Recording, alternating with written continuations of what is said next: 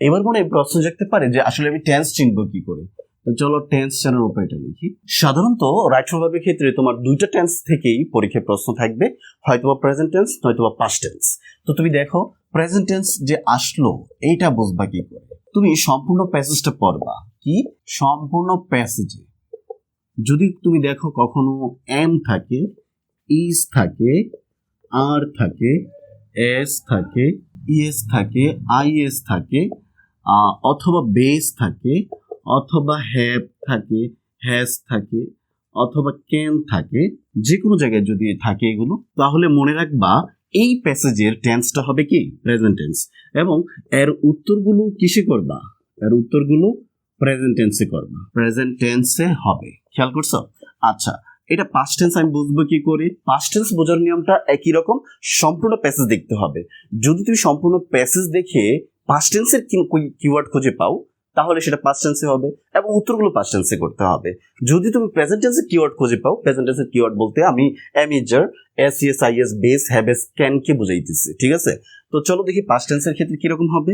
যদি সম্পূর্ণ প্যাসেজে, সেটা প্রথম লাইনে হতে হবে এরকম, একদম শেষের লাইনে হলেও, মাঝের লাইনে হলেও, তাহলে সম্পূর্ণ প্যাসেজের ক্ষেত্রে তোমাকে দেখতে হবে ওয়াজ আছে কিনা, দেখতে হবে ওয়ার আছে কিনা, হেড আছে কিনা, দেখতে হবে ডি আছে কিনা, ইডি আছে কিনা, দেখতে হবে আইডি আছে কিনা, দেখতে হবে কোনো জায়গায় পাস্ট আছে কিনা, দেখতে হবে ডিড আছে কিনা, দেখতে হবে কুড আছে কিনা। যদি থাকে তাহলে ওই প্যাসেজের টেন্সটা কোনটা হবে? পাস্ট টেন্স হবে। তাহলে উত্তরগুলো তোমাকে লিখতে হবে পাস্ট টেন্সে হবে। এখন এই পাস্ট টেন্সটা খুবই সহজ নিয়ম। যদি প্রশ্নটা পাস্ট টেন্সে হয় তাহলে আমাদের উত্তরগুলো করতে হবে এই পাস্ট টেন্সের নিয়মে, ঠিক আছে? 7 নম্বর নিয়মে, ডিইডি বা পাস্ট, ওয়াজ ওয়ার দি বা পাস্ট পার্টিসিপল, এভাবেই জানা যায়। তো তোমাকে দেখতে হবে সম্পূর্ণ প্যাসেজে কিওয়ার্ডগুলো আছে কিনা। হ্যাঁ, মাঝে মাঝে এরকম হতে পারে যে সম্পূর্ণ প্যাসেজটা পড়ার পরে তুমি দেখবা যে প্রথমে প্রেজেন্ট টেন্স দিয়ে শুরু হলো, মাঝখান থেকে পাস্ট টেন্সের নিয়ম আসলো। তখন মনে রাখবা যতক্ষণ পর্যন্ত পাস্ট টেন্স আসে নাই ততক্ষণ পর্যন্ত প্রেজেন্ট টেন্সের নিয়মে উত্তর করবা। যখন পাস্ট টেন্সের নিয়ম আসলো, কিওয়ার্ডগুলো আসলো, এরপর থেকে পাস্ট টেন্সের উত্তর করতে হবে। হ্যাঁ, এরকম হতে পারে যে প্যাসেজের প্রথম অংশটা পাস্ট টেন্সে হলো, মাঝখান থেকে শুরু হলো প্রেজেন্ট টেন্স, তাহলে প্রথম উত্তরগুলো পাস্ট টেন্স করবা। যখনই প্রেজেন্ট টেন্স আসলো সেইখান থেকে শুরু করে বাকি সবগুলো প্রেজেন্ট টেন্সে করবা। অর্থাৎ তোমার প্যাসেজের উত্তরগুলো প্রেজেন্ট টেন্সে হতে পারে, একটা নেমে হতে পারে, অথবা কেবল পাস্ট টেন্সে হতে পারে, অথবা দুইটা মিশ্রিত থাকতে পারে, ঠিক আছে? আর কিছু ক্ষেত্রে তোমাকে একটু খেয়াল রাখতে হবে যে অভ্যাসগত কর্ম, চিরন্তন সত্য, প্রবাদ বাক্য, এগুলো তো কখনো পাস্ট টেন্স হয় না। তো সেই বাক্যটা যদি, সেই প্যাসেজটা যদি পাস্ট টেন্সেও থাকে তারপরেও ওইখানে কিন্তু প্রেজেন্ট টেন্স ব্যবহার করতে হবে। তাছাড়াও ইনভার্টেড কমা, কোটেশন মার্কের ক্ষেত্রেও কিন্তু পাস্ট টেন্স হয় না, সেখানে পাস্ট টেন্স হতে পারে, প্রেজেন্ট টেন্সও হতে পারে। এই জিনিসটা একটু খেয়াল করতে হবে। হ্যাঁ, ইনভার্টেড কমা দিতে তেমন আসে না, কোটেশন মার্ক দিতে তেমন আসে না, সাধারণত আসে তোমার প্রেজেন্ট বা পাস্ট টেন্সের ক্ষেত্রে।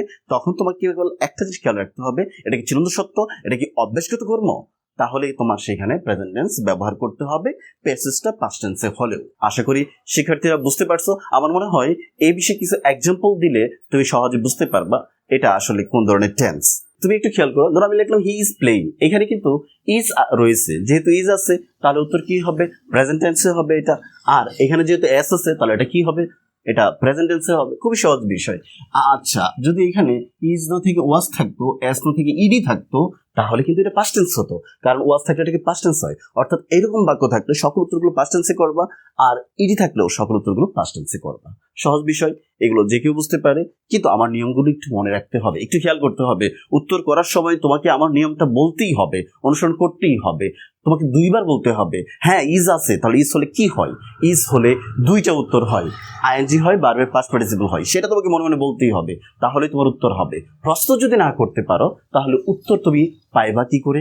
যদি তুমি সঠিকভাবে প্রশ্নই নিজেকে না করতে পারো তাহলে উত্তরটা হবে কি করে? উত্তরটা জানবা কি করে? একজন ভালো শিক্ষার্থীর সঠিক এবং সুন্দরভাবে মার্জিতভাবে প্রশ্ন করাটা তার একটা বিশেষ গুণ, প্রশ্ন করতেই হবে। আমার রাইট ফ্রন্টস অফ ভার্বের নিয়মগুলো সিরিজ আকারে চলতে থাকবে, এক একটা করে আমরা এক্সাম্পল করাবো এবং প্রত্যেকটা বিষয় আমি বোঝাবো, সেই বেসিক থেকে অ্যাডভান্স লেভেল পর্যন্ত যতগুলো সমস্যা হয় শিক্ষার্থীদের, সকল বিষয়গুলো নিয়ে আমি আলোচনা করব। তাই আমার রাইট ফ্রন্ট ভার্বের সিরিজ সহ অন্যান্য নিয়মগুলো একটু ভালো করে দেখে নিবা।